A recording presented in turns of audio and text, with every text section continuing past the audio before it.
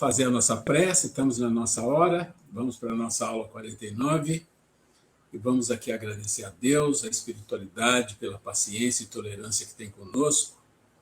Às vezes a gente demanda muita paciência e tolerância dos espíritos, mas eles são bons, eles sempre estão aptos e assim, prontos, né, a nos ajudar quando sentem em nosso coração o desejo de melhora. Ampara, Senhor, essa casa que nos acolhe, que nos permite estudar juntos, aprender e crescer. E que a doutrina espírita possa ser uma alavanca para o nosso crescimento e a nossa transformação. Graças a Deus. A gente estava querendo entender, da última aula que nós tivemos, a gente viu que tinha algumas outras pessoas, e pessoas novas, né? E a gente não sabe se hoje também estão aí, e se estão, a gente acha que seria interessante as pessoas se apresentarem, mas se não estão, se apresenta na aula que vão comparecer. É a Andressa que está cuidando do microfone das coisas. Andressa, você pode dizer alguma coisa para a gente? No estudo. Na aula passada, na verdade, eu disse o seguinte, que na aula passada, a gente percebeu que tinha várias pessoas novatas, que teve gente que fez pergunta. Aí o que eu coloquei aqui é o seguinte, tem pessoas novatas hoje também, daqueles que estavam, para a gente só ver a pessoa, o nominho, ver o rostinho da pessoa, ou não estão aí hoje? Tem sim, eu vou pedir para eles se apresentarem aqui para você. Ai, que ótimo, por favor. Vou colocar até o óculos para ver como vocês são lindos. Oi? Saturnino, Nino. Oi, Saturnino. Muito prazer, Saturnino, porque assim a gente pelo menos vê um pouquinho, né, mais de pertinho. Tá vocês, certo. Né? Certo. Seja bem-vindo, hein? Obrigado.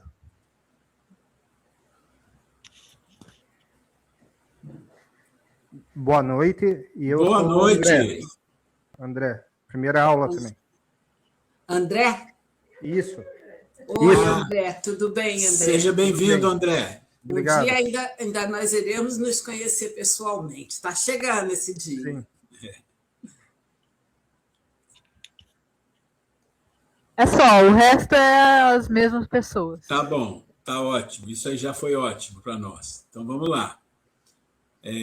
Então, agora você pode fechar o microfone e aí, quando vocês quiserem interagir, é só pedir para abrir. Acho que a Yolanda chegou aqui também. Deixa eu ver. Isso. Boa noite, Yolanda. Boa noite, Laninha.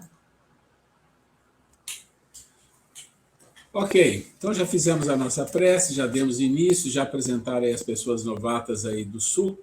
Nós vamos para a nossa aula 49, né? Nós estamos estudando o livro 3, que é o livro mais extenso da doutrina, que dentro do livro dos Espíritos você tem o livro 1, 2, 3 e 4, desculpa, estamos estudando o livro 2. E o livro 2... Boa noite. Boa noite. E o livro 2, ele tem mais de 50% do total do livro, então é um livro mais extenso, e eu já comecei a trabalhar, que eu disse na semana passada, no material que ele faz a junção de várias perguntas similares, e ele traz a conceituação, traz as explicações. Isso, às vezes, é bom, dependendo do tipo de pergunta que tem, eu vou usar isso, já fui até o capítulo 7, né? E, às vezes, a gente tem que abrir a questão em separado, mas isso é uma questão de metodologia, mas isso vai nos ajudar mais a trabalhar nesse livro 2. O livro 3, praticamente, falta muito pouco para já estar pronto para a apresentação, porque ele já era um trabalho que já foi feito muitos anos em outro lugar, então eu estou fazendo umas pequenas mudanças. Então, a coisa está indo por aí. Tá? Então, hoje nós vamos falar sobre do mundo espírito ao mundo dos espíritos, que é o capítulo 3, e continua nele ainda, o item que vai falar a alma depois da morte, sua individualidade e vida eterna, questão 153. Então, vamos lá. Questão 153 é uma pergunta que fala da questão da eternidade, da atemporalidade. Então, a pergunta é, em que sentido se deve entender a vida eterna? Antes de responder a pergunta, nós vamos entender essa questão de vida eterna, né? De atemporalidade. Boa noite, Roberto. Então, nós vamos entender essa Parou questão aqui. da atemporalidade. O que é atemporalidade e temporalidade? Tá? Vamos olhar as duas coisas. Então, quando a gente fala de temporalidade, a gente pensa em quê? Nas coisas que têm um tempo de vida, que nasce, morre, ou que nasce, se transforma, o mundo físico, o mundo material, né? Todo o processo do corpo físico, o tempo, o próprio tempo que é medido, né? Não o tempo eterno, o tempo que é medido, como a gente conhece, e a gente sabe muito disso porque a nossa vida toda é medida por tempo, né? É o tempo de acordar, o tempo de dormir, o tempo de estudar, o tempo de ganhar dinheiro, o tempo de perder dinheiro, o tempo de casar, o tempo de ter filho, tudo é medido em tempo. Essa é a vida temporal.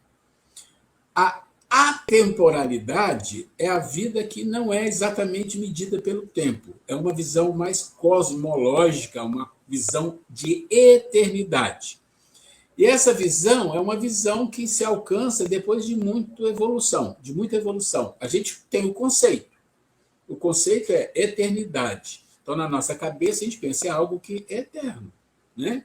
Que não morre, que não tem tempo para ela, que é o nosso espírito, que é Deus, que é os espíritos puros, todos os espíritos criados. Então, isso é importante. Por que é importante entender? Porque muitas das vezes a gente vai falar de coisas que a gente tem que separar. Isso é do temporal, isso aqui é do atemporal. Né? Então, quando você fala corpo físico, cuidado com o corpo, é tudo temporal, é importante, mas é temporal. Aí o espírito é atemporal. Aí o perispírito ele é temporal no sentido que ele se transforma muitas vezes para chegar num nível maior de espíritos evoluídos. Mas vamos ficar por aqui. Então, em que sentido se deve entender a vida eterna? É a vida do espírito que é eterna. Pronto. A do corpo é transitória, passageira, que eu falei, temporal. A do espírito é atemporal. Quando o corpo morre, a alma retorna à vida eterna. Né? Então, quando o corpo morre, a alma retorna à vida eterna. Então, ele está dizendo, se o corpo morreu, o que você tem? Você vai para a vida eterna. Só que aqui tem uma questão que a gente não vai entrar em discussão com ela, porque ela pode ter duas interpretações. Quando você desencarna, tudo que a Terra emprestou para você, que foi empréstimo, né? Nosso corpo físico, tudo que nós temos físico foi empréstimo da Terra. O corpo, o pai, a mãe, a alimentação, a água, tudo que você ingere, tudo que você consome, constrói seu corpo, faz ele crescer e se transformar. Quando você desencarna, quando você morre, você devolve tudo para a Terra. Não leva nada. O que vai com você? Bom, vai você, espírito. E mais o quê? Vai um outro corpo. Qual o corpo? O corpo que já estava com você aqui, perispiritual. Corpo espiritual, vai com você. Mas esse corpo espiritual, você não pode dizer que ele é totalmente eterno, porque ele é um corpo também que tem uma materialidade. Então, ele vai se transformar. É diferente do espírito, que apesar de evoluir, né, ele não tem uma transformação muito grande. Ele já é algo. Só precisa ser depurado. Só precisa despertar. Então, quando o corpo morre, a alma retorna à vida eterna, ok, se você considera que o mundo dos desencarnados já é a vida eterna, mas se você considera isso, eu seria mais chato dizer assim, olha só, não vou nem falar porque na letra A já vai falar, tá vendo? Não seria mais exato chamar a vida eterna a dos espíritos puros, que tendo atingido o grau de perfeição não tem mais provas a sofrer? Aí ele vai dizer, bom, essa é a felicidade eterna. Mas tudo isso é uma questão de palavras. Chamais as coisas como quiseres, desde que vos entendais. Então, na minha compreensão, quando você fala que o espírito desencarnou, ele foi para o mundo dos desencarnados. Né? Aí você fala, foi para o mundo espiritual. Tá bom, é uma maneira de falar. Mas o mais correto, ele foi para o mundo dos desencarnados. A erraticidade, que é a maneira mais correta de falar. Por quê? Porque ele ainda vai reencarnar. Todos os espíritos que têm que encarnar e que não é missão, né, que é prova ou expiação, o que for, está vivendo na erraticidade, errante, espíritos errantes, ou seja, estão errando, acertando. Um espírito puro não é mais da erraticidade, não é um espírito que necessita de reencarnar mais, é outro nível. Então, ele tem a felicidade eterna e ele tem, né, a vida eterna. Mas se nós pensarmos só em termos espirituais, nós também somos eternos como espíritos. Então, acho que isso é simples de entender, uma questão de jogo de palavra aqui, né? E, de novo, perguntas, dúvidas, não guardem isso com vocês. Principalmente os que são novatos, se ficar com alguma dúvida, pede aí a voz, aí, o microfone, e coloca a dúvida, tá? Oi, meu amor. Pede a Andressa. Andressa, né? Aí vem comentário do Miramês, que o Miramês, né, a gente já falou muito dele, é um grande espírito e muito evoluído, ele tem muitos trabalhos filosóficos, e toda a doutrina espírita, todos os livros, você tem os livros de filosofia do Miramês para explicar ponto a ponto, né? Todos se alegram em saber que o espírito tem vida eterna. Claro. Então tem vida eterna, eu sou um espírito, olha que coisa boa. E não poderia ser de outra maneira. Somente a forma do corpo é que tem vida transitória. Até os elementos que compõem o corpo têm vida eterna. Porque nada se perde no universo. Aqui tem que ter cuidado para não misturar as coisas. Até as coisas que compõem o corpo têm vida eterna. O corpo tem vida eterna? Não. Mas as coisas que compõem, tem. Você morre, você devolve tudo para a Terra decompõe aquilo, transforma, os átomos elétricos continuam, né? E vai constituir outras coisas. As formas materiais é que se transformam, exatamente, para surgir de novo em outra dimensão, no fulgor que Deus pode lhes dar. O cântico da criação é vida, e a vida é sintonia universal, orquestrada pela vontade soberana. O espírito usa o corpo como se usam roupas. Se temos necessidades de vestir vários corpos para o seu aprumo espiritual, essa é a lei que assegura as vidas sucessivas. Então, aqui está falando da reencarnação de uma outra maneira, mas bem simples de entender, né? Vamos lá. Não se preocupe em interromper e pedir para mim voltar atrás, o que for, tá? Alguns pensam que a alma tem forma definitiva, quando nem mesmo o perispírito a tem.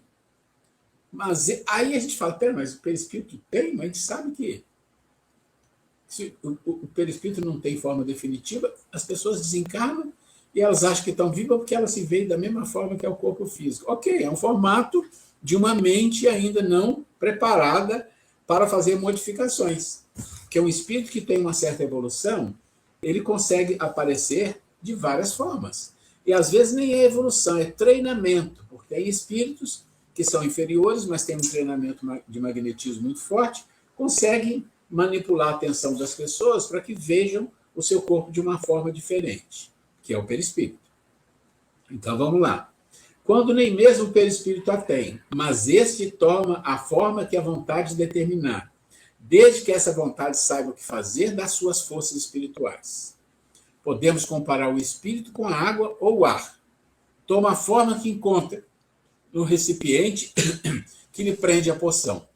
Sendo a comparação fraca, dizemos que o espírito impõe a forma que desejar ao seu corpo perispiritual e esse lhe obedece, qual o corcel ao cavaleiro. Bom, o que está dizendo, comparando a água aqui e o ar, é que você põe água em um recipiente, ele toma a forma de qualquer recipiente. Ela é extremamente, né, ela se adapta com muita facilidade, não é isso? Agora, quando fala que o espírito também pode tomar a forma que desejar, depende de um processo de conhecimento. Não é assim, desencarnei, eu vou tomar a forma que quiser. Não, a forma vai ser essa, parecida com essa, com algumas questões aí relacionadas a doenças, a outras coisas, mas você vai transformar essa forma na medida que você tiver o conhecimento para isso, né? Porque é muito mais maleável o corpo espiritual, o perispírito, que o corpo físico. Então, aprender a levitar, aprender a moldar o seu perispírito, a sua vontade, depende de um processo de evolução lá no mundo espiritual, né? E aí vem a separação da alma e do corpo, questão 154 a 157, já foi para o item 2. Aqui tem um ponto interessante que eu passei para vocês no grupo, não sei quem viu, eu falei na aula passada e passei no grupo. Passei no grupo o quê? O link, que é o desencarne de Dimas. Eu não sei se alguém conseguiu ver, se alguém conseguiu ver, pode me dar um alô, olha, eu consegui, se ninguém conseguiu, tudo bem, pode ver em outra hora também, que agora nós vamos falar um pouco disso. Questão 154. A separação da alma e do corpo é dolorosa? Não. O corpo frequentemente sofre mais durante a vida que no momento da morte. Neste, a alma nada sente. Os sofrimentos que às vezes se provam no momento da morte são um prazer para o espírito, que vê chegar o fim do seu exílio. Então, está dizendo que não. Também tem ressalvas, tá? Essa é a questão. Vamos sempre entender assim. O livro dos Espíritos, você tem uma pergunta e tem uma resposta. A resposta é sempre assim, o que deveria mais acontecer. O normal é isso. Tem coisa que sai do normal? Tem. E lendo os livros dos Espíritos, você vai encontrar algumas coisas, como desencarnes difíceis, desencarnes que têm muitos problemas com espíritos que são vampirizadores, são obsessores, tem tudo. E aí pode ser um pouco mais difícil o processo. Tem desencarnes que a alma fica presa ao corpo. No cemitério, fica lá preso. Fica preso dias, meses. Né? Tem um monte de coisa que foge à normalidade. Então, a resposta dos espíritos é o que é o normal, seria isso aqui. Comentário de Kardec. Na morte natural, aí ele já está colocando uma coisa. Natural. O que é uma morte natural? Vamos pensar, é uma morte onde o princípio vital já está esgotado, a pilha está no finalzinho, já está falhando, que pode ser na velhice ou por doença. Mas por doença, tem muito a ver com a velhice também, e às vezes não, mas a doença ela pode fazer a pessoa sofrer dependendo do que for. Então tem esse lado. Tá? Na morte natural, que se verifica pelo esgotamento da vitalidade orgânica, o princípio vital, em consequência de idade, o homem deixa a vida sem perceber. É uma lâmpada que se apaga por falta de energia. Acho que isso aqui não é difícil de entender. Quando a gente reencarna, a gente tem, né, o espírito, o corpo físico, o perispírito, outros corpos, que a gente não vai falar disso agora, e a gente tem um princípio vital, é como uma pilha. Olha, você vai viver 90, 80, 70, vai ter isso, vai ter aquilo, vai ter toda a historinha, e ali vem a pilha programada para durar um X tempo. Então, o que significa isso? Imagina assim, olha, você vai morrer, vai trabalhar, e você vai desencarnar velho, já com a pilha no finalzinho. Não vai ter nenhum acidente, não vai ter nada grave, é assim que vai ser, é uma morte natural. Então, o que acontece? Muitas das vezes a pessoa vai dormir, não acorda, ou a pessoa tem um ataque cardíaco, uma coisa rápida, qualquer coisa que seja, e ele vai embora. Né? É uma lâmpada que apaga porque acabou a energia. Então, esse é o processo da separação da alma e do corpo. Miramês. É processo comum e natural para a humanidade terrena a separação do corpo da alma, embora não exista um totalmente semelhante ao outro. Ponto. Miramês já está colocando aqui, tem diferenças aqui, ocorrendo modificações de pessoa para pessoa. Muitos querem entender que, assim como a enfermidade lhes traz dores e inquietações variadas, a separação do espírito do corpo possa lhe causar dores inenarráveis. Porém, esta não é a verdade. A morte por esgotamento do fardo fisiológico se processa como se estivéssemos com uma roupa suja, de modo que nos apressamos em trocá-la sem motivo algum de inquietação. Tá? Então, aqui ele está deixando claro. É uma morte por acidente, é uma morte violenta, é uma morte por uma doença muito dolorosa, então tem aquelas dores todas. Mas é uma morte que aconteceu assim por uma questão de idade ou uma enfermidade que vem porque a idade trouxe essa enfermidade, ele falou, é menos problemático. A Grace quer fazer um comentário. Então, gente, pelos comentários aí das respostas, era para que todos nós olhássemos para a morte de uma forma mais tranquila, mais, assim, uma aceitação até, né, conforme colocada ali pelo espírito, é algo tão natural, né, que esse desprendimento para o espírito é até um alívio, né, sair desse fardo do corpo físico. Mas nós sabemos que como ainda mesmo para nós espíritas, como é difícil, né, a morte, a perda, né? É mais difícil para nós que ficamos, a saudade, a ausência, né? Essa dor que causa penso, e tomara que seja realmente aqueles que vão, né, que cheguem lá com mais tranquilidade, com aceitação. Ainda mais se for uma morte assim, natural. Chegou a hora da pessoa, né, mesmo que ela tenha ficado doente, porque tinha que passar por aquelas doenças, né, mas foi de uma forma natural, não foi uma coisa assim que a pessoa procurou. Sim. Essa morte. Aí, esses casos, penso que realmente não deve ser fácil. Né? Mas, então, é bom que a gente, estudando, que a gente vá amadurecendo isso na nossa mente, porque quando chegar a nossa hora, que nós perdermos nossas pessoas amadas, né, que a gente tenha minimamente uma tranquilidade para olhar o lado do outro, né? Aquela história que tem 2 amigos que estão presos, um pagou a sua pena, vai sair, o outro vai ficar lamentando, chorando, porque o amigo vai sair, vai estar livre da prisão, ou, embora ele vá ficar ainda preso, vai sentir saudade do amigo, mas vai comemorar, celebrar pelo amigo. Né? Então, a gente deveria, assim, no Espiritismo, falar mais sobre a morte, falar sobre luto, para que a gente comece a não sofrer tanto. Né? O luto é algo tão doído, né? E nós vivenciamos, é normal, absolutamente normal, viver o período de luto, mas que nós possamos vivenciar o nosso luto de uma forma mais equilibrada, para até que nossos entes queridos que se foram, né, não sofram também lá de nos ver sofrendo. Né? É isso. Essa comparação que a Grace fez é muito boa, né, da prisão, né? Você não vai lamentar porque o amigo foi solto, você ainda vai ficar mais um tempo. Isso não é legal, né? Isso realmente é muito ruim. Então, vamos lá. Não temas a morte do corpo, porque o espírito é vida, mas jamais procures a desencarnação, por querer se libertar mais depressa da vida na Terra. A Grace acabou de falar. Responderás pela violência que praticares contigo mesmo. É de bom grado que estudes as leis naturais, cumprindo sempre a vontade de Deus e não a tua. A morte natural é a morte divina. A criatura deixa o corpo como se soltasse um pássaro de uma gaiola e ganha mais liberdade de consciência quando cumpre todos os seus deveres assumidos diante de Deus. Aqui,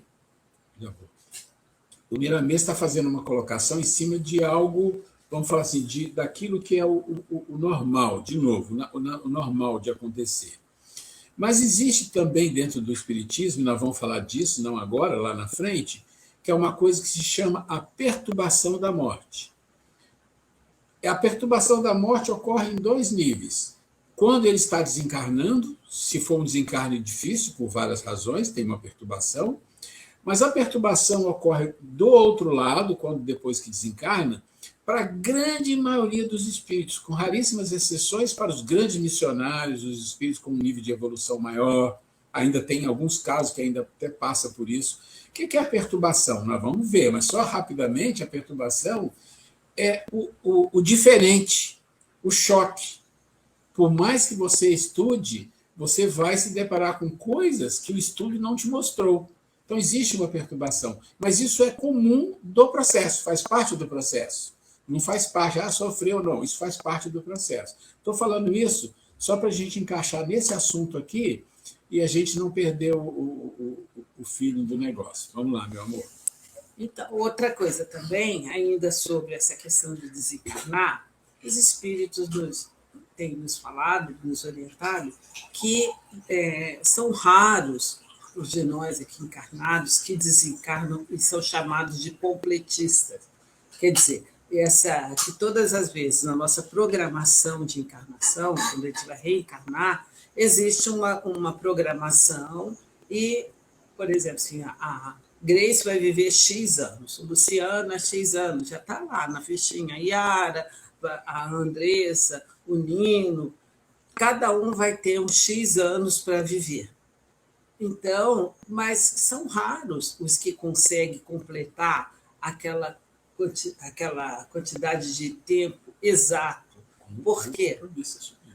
Com compromisso assumido, com louvor. Porque acontece, por isso a nossa responsabilidade tem que ser nossa alimentação, nossas emoções, nossos desequilíbrios. Nós precisamos cuidar da nossa saúde emocional também, para que a gente consiga, que nós sabemos, através dos desequilíbrios que nós mesmos causamos, né, através de alimentação, ou uma vida desregrada, ou N fatores, bebida, álcool, fumo, outros vícios, isso tudo pode comprometer o nosso tempo que nós teríamos que viver. Né? Uma pessoa que consome muito álcool, por exemplo, fatalmente ele vai diminuir o tempo de vida dele. Né? Pessoa que fuma ou outros hábitos ruins. Né?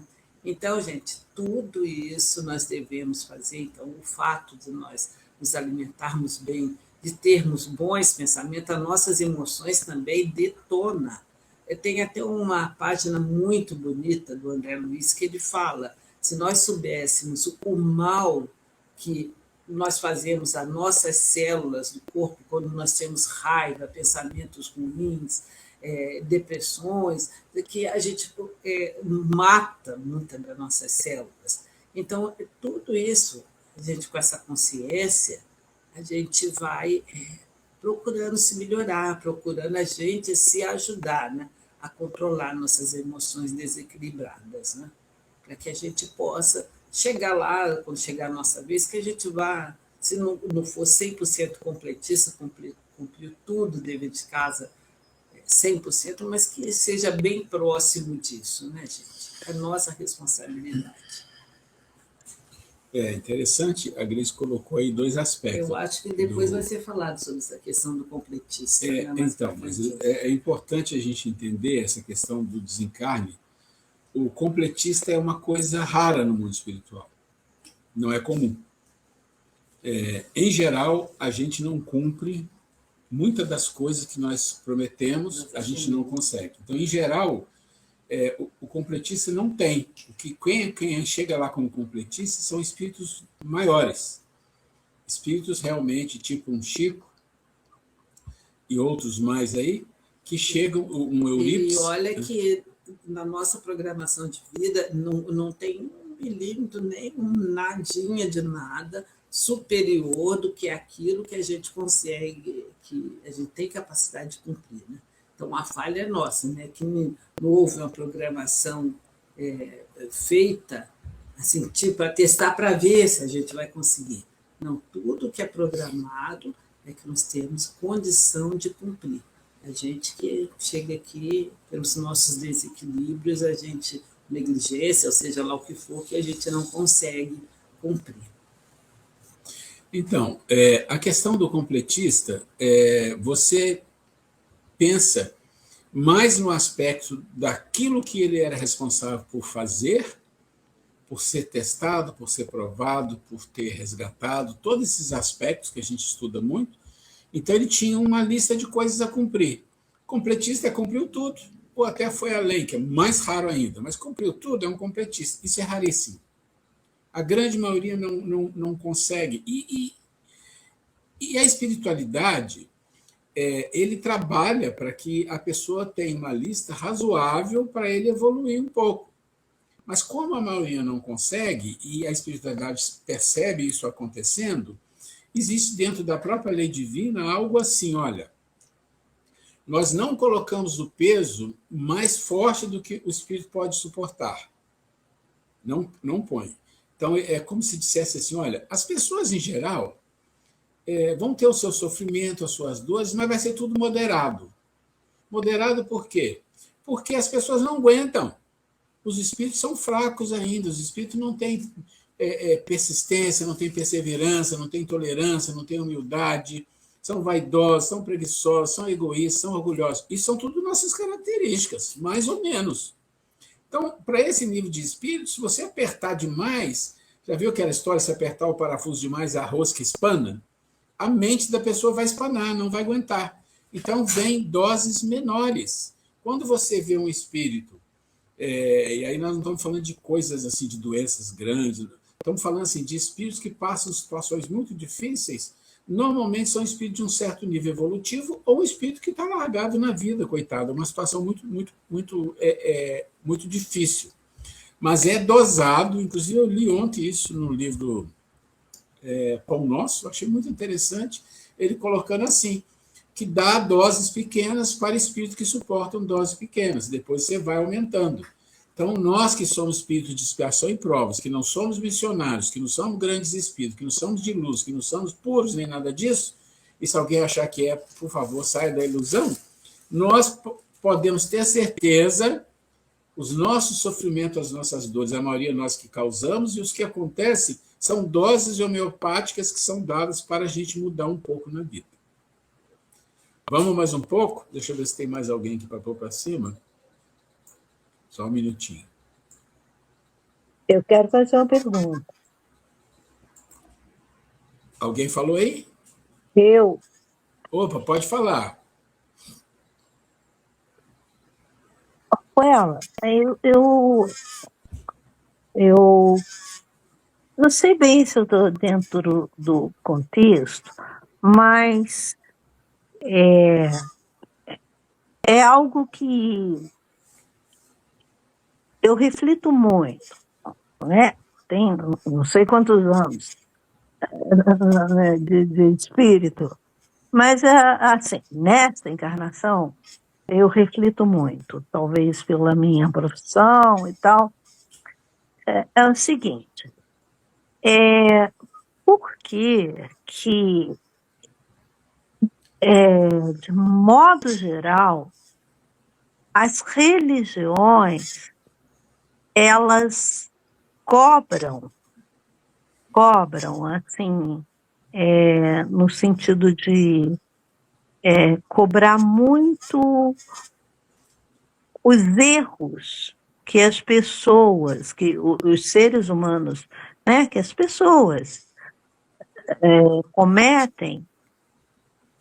E eu fico pensando assim, levando em conta tudo que o contexto de vida que a pessoa leva, que ela passa, o local, o ambiente, as condições de vida e tal, e tudo isso, e as religiões, por religiões eu estou falando assim, de um modo geral, não estou falando, estou falando até mesmo da própria doutrina espírita, que eu espero muito que chegue a hora que eu preciso entender melhor da lei da ação e reação, mas as religiões ou os religiosos cobram tanto das pessoas que erram, né? Errar, e cobram de uma forma muito ali incisiva. Eu não conheço muitas religiões, mas as religiões que eu conheço, todas elas cobram das pessoas. Você errou. As religiões ou os religiosos cobram sempre assim: você errou, você vai pagar. E aí eu fico pensando assim, Jesus, ele deu o exemplo do seguinte: todos que erraram, ele perdoou. Maria, os assassinos que estiveram ao lado dele, ele perdoou. Ele trouxe a lei do perdão para os erros que tiveram, ele perdoou. Por que na sequência as religiões sempre estão cobrando muito, assim, errou, tem que pagar, e só dessa maneira é que vai, talvez, se resgatar alguma coisa ou evoluir na sua plenitude como espírito. Como não fica uma contradição se Jesus foi pleno perdão? Ok? Vamos pensar, são vários aspectos que você colocou, mas vou partir de Jesus, tá? Jesus falou muitas coisas, e com certeza todas as coisas que ele falou, teve muitas interpretações equivocadas, e até hoje tem. Jesus veio para ensinar o amor. Então, veio para ensinar o amor. Dentro do amor, abaixo do amor, tem várias coisas que ele teve que ensinar: solidariedade, fraternidade, perdão e tudo isso. E sobre o perdão, ele falou muitas coisas. Ele falou: você perdoe. Perdoe as pessoas sempre. Porque o que ele, quando ele fala perdoe sempre as pessoas, ele está dizendo assim para a pessoa: desenvolva em você uma capacidade espiritual tal que você tem competência para perdoar e não sofrer por isso. Isso é um ensinamento dele sobre o perdão. E ele perdoava as pessoas. Quando ele perdoava alguém, dizia: você está perdoado, ele sabia com quem ele estava falando, ele sabia da história espiritual daquela criatura de muitas vidas, ele sabia que ali era o momento. Mas ele não pegou uma pessoa que cometeu um grande crime: você está perdoado. Não, isso não. E por que fala que você tem que pagar? Não é, essa maneira de falar é equivocada. Você não tem que pagar, você tem que aprender, é diferente. Então, as pessoas que estão no mundo de expiação e provas, que somos nós, que erramos consistentemente, e às vezes levamos a nossa vida errando várias vezes o mesmo erro, infelizmente, até a hora que a gente começa a levar umas pancadinhas, né? Quando você começa a estudar, você começa a levar umas pancadinhas de leve: olha aqui, olha aquilo ali. Então, o que acontece? Assim, a gente vai cometendo equívocos, e aí, cometendo equívocos e repetindo, você não está aprendendo nada, só está reforçando o equívoco. Quando você percebe que alguma coisa te diz: olha, isso aqui não é bom por isso, por isso, por isso, por isso. Você entendeu? Entendi. Aí você tem que se conscientizar disso depois. Para se conscientizar disso, ainda vai passar um maus bocados.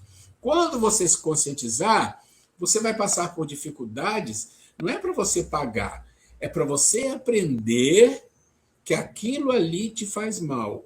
E para você ficar bem, você tem que mudar isso. Porque no fundo, é só uma coisa que move. Uma, que puxa as pessoas e que demora muito nós entendermos: é o amor.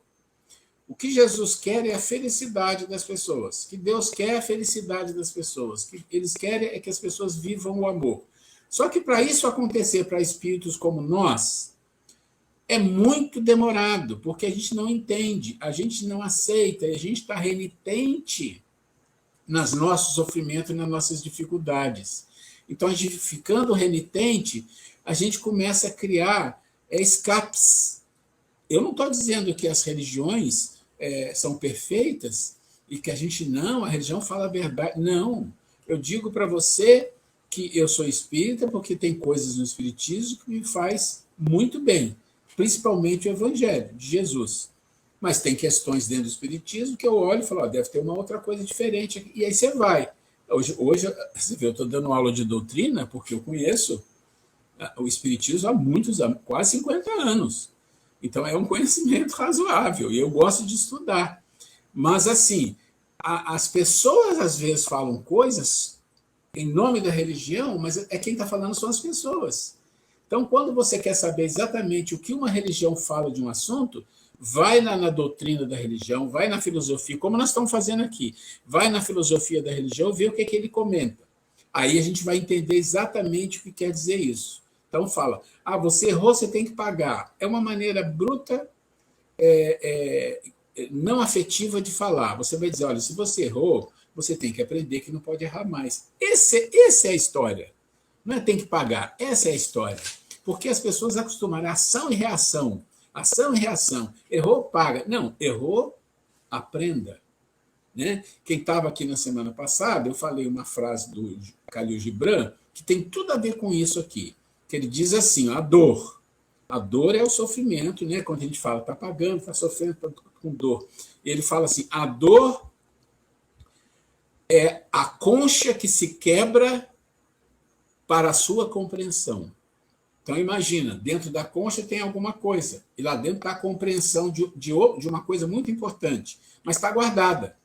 E o que é que quebra? O que é a concha que se quebra? É a dor, para você entender. Mas a gente não compreende. Quando a concha se quebra e ela é a dor, a gente sente a dor e a gente se revolta, a gente não aceita, não sei o que, não tem outro jeito. Não tem outro jeito. Não tem outro jeito. Até espíritos mais evoluídos passam por situações difíceis, porque no livro que eu li, ele fala exatamente isso. Olha, para espíritos de um nível evolutivo menor, que são o nosso, as dores são menores, as dificuldades são menores, apesar que muitas das vezes a gente acha que a nossa é a maior que existe, mas não é.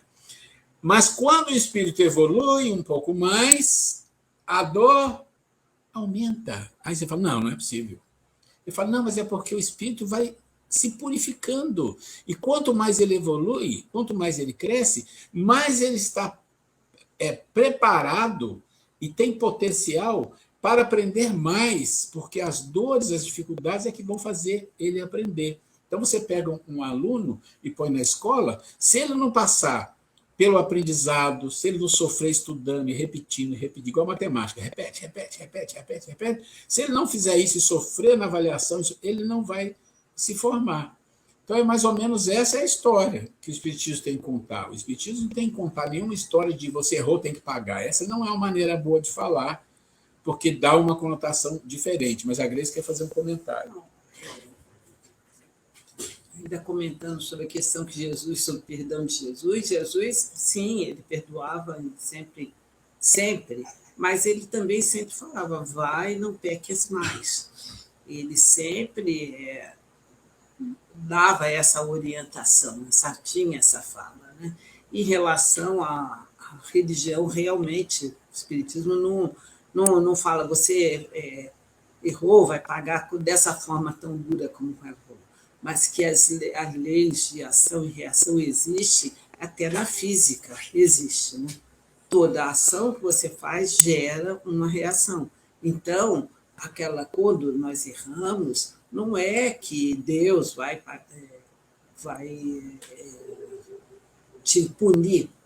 Somos nós mesmos. A questão é a gente com a gente mesmo. A gente olha e fala, poxa vida, eu pisei na bola dessa forma. Então, lá, sobretudo, quando a gente está desencarnado, que tem uma visão mais ampla, mais real, né? A gente fica chateado de ver que nós erramos, tanto que a gente programa toda a nossa programação, salvo exceções daquelas que são compulsórias, nós participamos tanto das nossas dores, das nossas felicidades que nós vamos ter, e chega na hora aqui de cumprir, cabe a cada um de nós cumprir direitinho. Né? Se não cumpriu, vai ter consequências. Mas no Espiritismo, virava, olha, eu posso chegar num determinado local, quebrar tudo, fazer uma roça. Pode, sem dúvida nenhuma. Ninguém vai dizer que você não pode.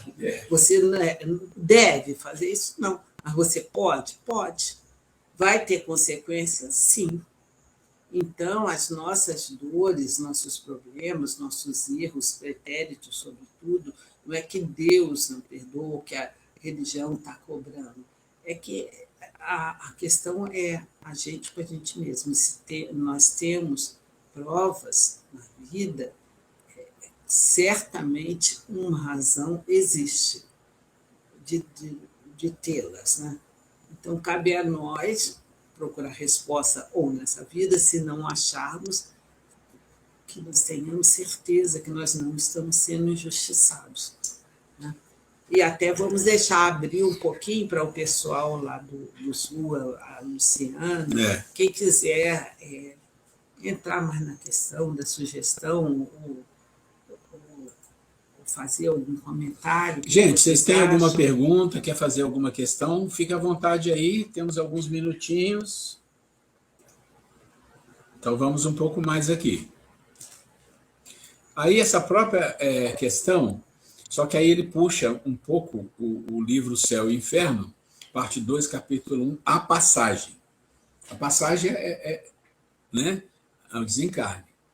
Ao ver a calma de certos mortos e as terríveis convulsões de agonia de outros, já mostrou 2 pontos aqui, né? Então tem a calma e tem as situações difíceis. Já se pode julgar que as sensações não são sempre as mesmas, mas quem pode informar-nos a esse respeito? Quem nos descreverá o fenômeno fisiológico da separação da alma e do corpo? Quem nos dirá as impressões nesse instante supremo? Sobre esse ponto, a ciência e a religião são mudas. E por que isso? Porque falta a ambas o conhecimento das leis que regem as relações do espírito e da matéria.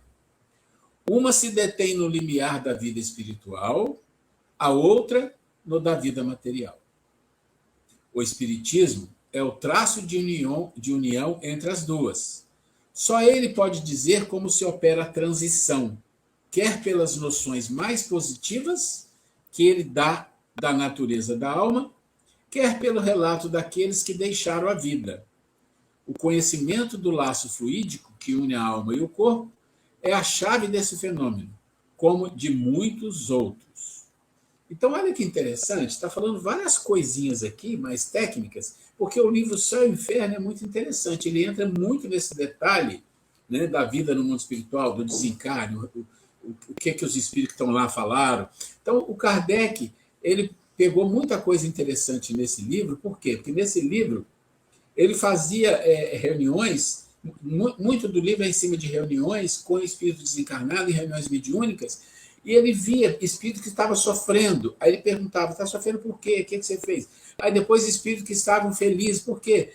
Só que você tem que entender que naquela época não existia isso que existe hoje. Hoje a gente já sabe, o livro fala, a reunião mediúnica está falando tudo. Não, mas não era assim, estava começando ali. Então, por ali, ele foi montando uma história onde ele fala, os espíritos que sofrem é por isso, por isso, por isso. Os espíritos que são mais felizes é por isso, por isso, por isso. Então, quando ele fala aqui que a ciência não entra no mérito porque está fora do aspecto científico, com raras exceções. Eu passei para vocês, na aula passada também, uma coisa chamada o Projeto School. School é uma cidade, acho que da Irlanda ou dos Estados Unidos, não lembro, que tem uma experiência científica de cientistas sobre isso, né? Sobre manifestações espirituais materiais. Tá? Existem muitos casos isolados, mas a ciência mesmo, aquela ciência que fala, isso aqui foi colocado na Nature, foi colocado numa revista especializada. Não tem. Você tem médicos, você tem alguns médicos que se dizem meio cientistas envolvidos, tem. Mas não é uma coisa que já está confirmado pela ciência. Não está. Você pode encontrar alguém que é muito empolgado, que é envolvido nisso e pode dizer que está, mas não é assim. Tá? E o que ele está falando aqui, que o traço que une o espírito e a matéria é algo que está, vamos dizer assim, que não está conhecido, que ainda não é matéria muito de discussão pelas religiões, pela ciência, é pelo espiritismo. Então, pelo espiritismo, você consegue entender o que eles dizem do outro lado para cá, que é o que está falando aqui. Tá? Aqui a outra pergunta, e a gente não vai entrar, que é a 155, a separação da alma e do corpo. Eu volto a falar, a separação da alma e do corpo, olhe o vídeo do Dimas, o desencarne de Dimas, que está lá no grupo do estudo, o link, vale a pena, é muito bem feito, é muito interessante, e ele dá algumas informações assim que são visuais e que é muito mais fácil, às vezes, da gente guardar. Pessoal, questão para falar, alguma coisa, alguma pergunta? Ninguém tem dúvida aqui, Ruela. Tá tudo certo, então? Sim. Tá. Então, ok. Gente, então vamos encerrando. Fazer a nossa né? prece, faz para a gente.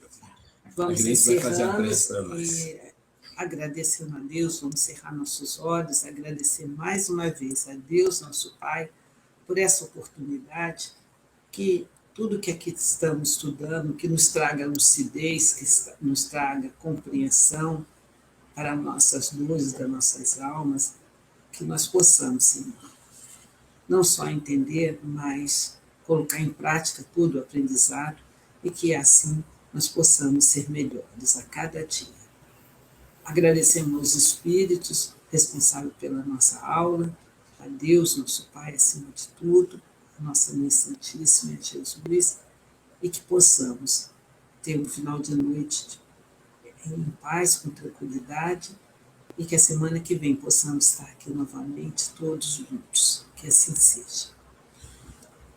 Eu vou colocar na gravação o texto da perturbação da morte, que é bom que vocês vão ver o Dimas, já está aí, está falando do assunto, lê perturbação da morte, já fica mais claro as coisas para a gente. Gente, então, um beijo para todos, um abraço, fiquem com Deus.